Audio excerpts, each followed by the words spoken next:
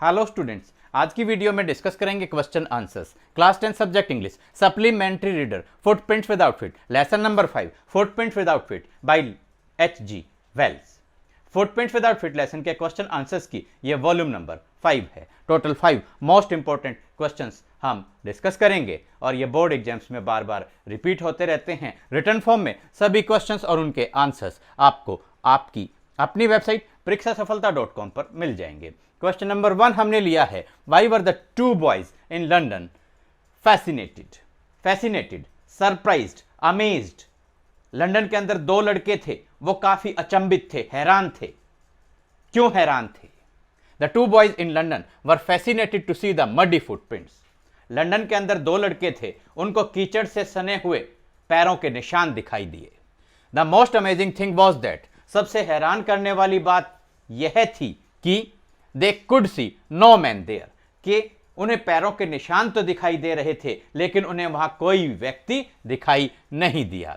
The footprints moved on but very soon disappeared completely. पैरों के निशान आगे बढ़े लेकिन बड़ी जल्दी ही वो पूर्णतः गायब हो गए। The two boys in London were fascinated to see the muddy footprints. The most amazing thing was that they could see no man there. The footprints moved on but very soon disappeared completely. Question number 2 देखिए, What reasons does Griffin give to Mrs. Hall for coming to Iping Village? Griffin ने Mrs hall को अपना आइपिंग village आने का क्या कारण बतलाया? क्या क्या कारण ग्रिफिन ने मिसेज हॉल को बतलाए? Griffin says that he has come to Iping village for having rest, so he doesn't want to be disturbed in his work. Griffin ने मिसेज हॉल को कहा कि मैं यहाँ पूर्णतः आराम करने आया हूँ, इसलिए मैं नहीं चाहता कि मेरे कार्य में कोई भी मुझे बाधा पहुंचाए, कोई भी मुझे डिस्टर्ब करे, ऐसा मैं नहीं चाहता। His face has been affected in an accident, so he has to keep it covered. एक दुर्घटना के कारण उसके चेहरे पर काफी प्रभाव आया है, जैसे चेहरा घायल हो जाता है, इस वजह से वो कहता है so he has to keep it covered. So he has to keep it covered, क्योंकि एक्सीडेंट की वजह से उसके चेहरे पर काफी प्रभाव पड़ा है, इसलिए उसे हमेशा अपना चेहरा कवर करके रखना पड़ता है, ढक करके रखना पड़ता है। Griffin says that he has come to Iping village for having rest, so he doesn't want to be disturbed in his work. His face has been affected in an accident, so he has to keep it covered. Question number 3 देखिए, The landlord's wife said that Griffin was an eccentric scientist. Why? मकान मालिक की जो पत्नी है वो कहती है कि ग्रिफिन एक सनकी वैज्ञानिक है। क्यों? Griffin came to the inn in winter. ये इन धर्मशाला,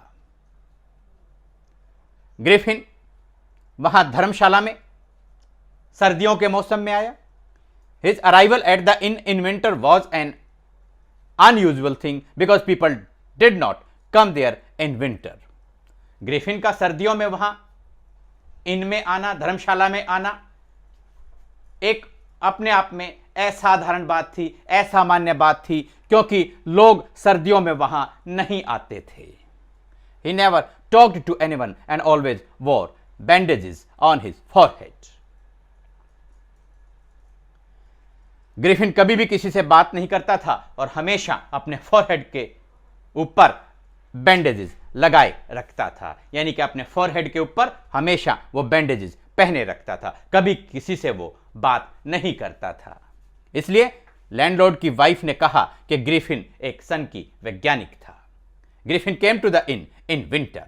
His arrival at the inn in winter was an unusual thing because people did not come there in winter. He never talked to anyone. He never talked to anyone and always wore bandages on his forehead. Question number 4. Why were the landlord and his wife surprised to see the scientist's door wide open? मकान मालिक और उनकी पत्नी काफी अचंभित हुए जब उन्होंने ग्रिफिन के रूम के डोर को बिल्कुल पूरी तरीके से खुले हुए पाया। ग्रिफिन के रूम का डोर पूर्णतः खुला हुआ था, तो मकान मालिक और उसकी पत्नी मकान मालिक और उनकी पत्नी ये देखकर बड़े अचंभित हुए, हैरान हुए। क्यों? The landlord and his wife were very much surprise to see the scientist door wide open. मकान मालिक और उनकी पत्नी ग्रिफिन के कमरे का दरवाजा पूर्णतः खुला हुआ पाकर बहुत अचंभित हुए। Because he always kept his door closed, क्योंकि ग्रिफिन हमेशा अपने कमरे को या अपने कमरे के दरवाजे को बंद रखा करता था। His room was always locked, और उसका जो रूम है वो हमेशा लॉक रहा करता था, हमेशा ताले से बंद रहा करता था। The landlord and his wife were very much surprised to see the scientist door wide open because he always kept his door closed. His room was always locked. Question number 5 आप देखिए। How can you say that the incident of chair is an example of humour? इस कहानी के अंदर, इस lesson के अंदर, footprints without feet के अंदर जो कुर्सी वाली घटना है वो ह्यूमर पैदा करती है, हास्य पैदा करती है। किस प्रकार से हास्य पैदा करती है ये आपको एक्सप्लेन करना है, आपको वर्णन करना है। आंसर है आपका Mrs Hall was in Griffin's room. Mrs Hall Griffin के कमरे में थी। ग्रिफिन इनविजिबल था, वो मिसेज हॉल को दिखाई नहीं दे रहा था। जस्ट देन, तभी a chair left up and stuck into her face.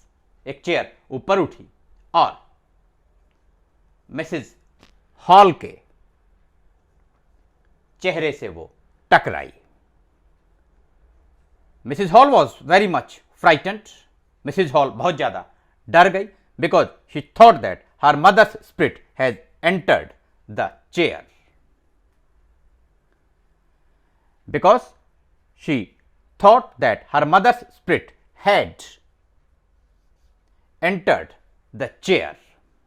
Mrs Hall बहुत ज्यादा डर गई क्योंकि उन्होंने सोचा कि शायद उनकी मां की आत्मा उस कुर्सी में, उस चेयर में घुस गई थी। In fact it was Griffin who was doing all that. वास्तव में ये और कोई नहीं था, ये ग्रिफिन था जो ये सारे कारनामे कर रहा था। Mrs Hall was in Griffin's room. Just then a chair left up and stuck into her face. Mrs Hall was very much frightened because she thought that her mother's spirit had entered the chair. In fact, it was Griffin who was doing all that. Students, footprints without feet lesson के question answers की volume number 5 थी। कल आपसे आपके next lesson के question answers के साथ फिर होगी मुलाकात। Thanks, have a nice day.